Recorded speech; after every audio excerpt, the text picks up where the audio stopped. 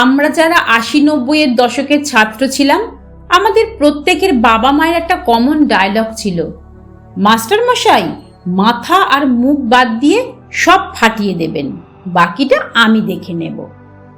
সে সময় প্রকাণ্ড হাতের প্রচণ্ড চড় খেয়েও বাড়িতে এসে কাঁদবার বা নালিশ করার জো ছিল না, কারণ বাড়িতে জানতে পারলে আরও এক দফা দুর্দশা কপালে লেখা ছিল।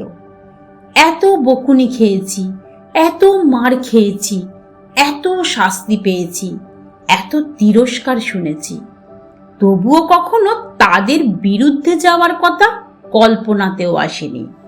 যত তাড়াতাড়ি থাক, শিক্ষক স্থানীয় মানুষের সঙ্গে দেখা হলে প্রণাম করে, দুটো কথা বলে, কুশল বিনিময় করে তবে এগিয়েছি। পৃথিবীর বাকি সব ভুল হলেও মাস্টার মশাই দিদিমণি ভুল হতেই পারে না, এ ধারণা পরিবার থেকেই মনে গেঁথে দেওয়া হয়েছিল।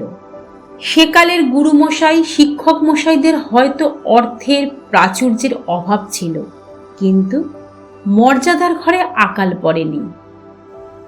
আজ কথায় কথায় শিক্ষক প্রহার, অ্যাসিড অ্যাটাক, প্রাণনাশের হুমকি থেকে শুরু করে বাজার, দোকান, ট্রেন, বাস সর্বত্র শিক্ষকদের নিয়ে যে ঠাট্টা, উপহাস, বিদ্রূপ চলছে, তাতে খুব কিশোর সমাজ যে অধঃপতনে গেছে তার বেশি কথা কি? যবে থেকে শিক্ষকদের হাত থেকে শাস্তির দণ্ড কেড়ে নেওয়া হয়েছে, তবে থেকেই মানুষ গড়ার কারখানা বন্ধ হবার উপক্রম। আজ শিক্ষকদের প্রাচুর্যের হয়তো অভাব নেই, কিন্তু সম্মানের ঘরটা বড়ই মরুভূমিময়, রুক্ষ, খটখটে। অবশ্যই সব শিক্ষক সমান নয়, কিন্তু মুষ্টিমেয় কয়েকজনের জন্য সমাজের মেন পিলারটা যদি ভেঙে দেওয়ার ক্রমাগত চেষ্টা করা হয়, তাহলে সমাজ গড়বে কিভাবে ভেবেছেন একবারও? শিক্ষক দিবসে বড় ভারী দামি কোনো উপহারের প্রয়োজন নেই, যদি সম্ভব হয় সেই সম্মান, ভরসা, অধিকার ফিরিয়ে দিন। শিক্ষকদের দ্বিতীয় বাবা মা হয়ে উঠতে দিন। শিক্ষকদের দিবস একদিনের নয়, বরং এক আজীবন উদযাপন। সেটা হলে দেখবেন ছাত্র নয়, প্রকৃত মানুষ তৈরি হচ্ছে। স্বপ্নের পেশায় এসে কোথায় যেন তলিয়ে যাচ্ছি।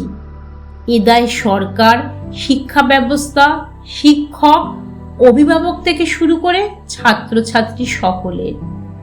কিন্তু ঘুণ ধরা সিস্টেমের দায় কে নেবে? বিড়ালের গলায় ঘণ্টা বাঁধবে কে? যদি কিছু পরিবর্তন আনতে পারি, আমরা শিক্ষকরাই পারব। তাদের ভরসা করুন, ভালো কাজের প্রশংসা করুন, যোগ্যতায় বিশ্বাস করুন। আগে অপমান, অবহেলা, তাচ্ছিল্য দূর হোক, তবে না হয় শুভেচ্ছায় গা ভাসানো যাবে। কলমে পার্বতী মোদক, পাঠে চৈতালি সেন।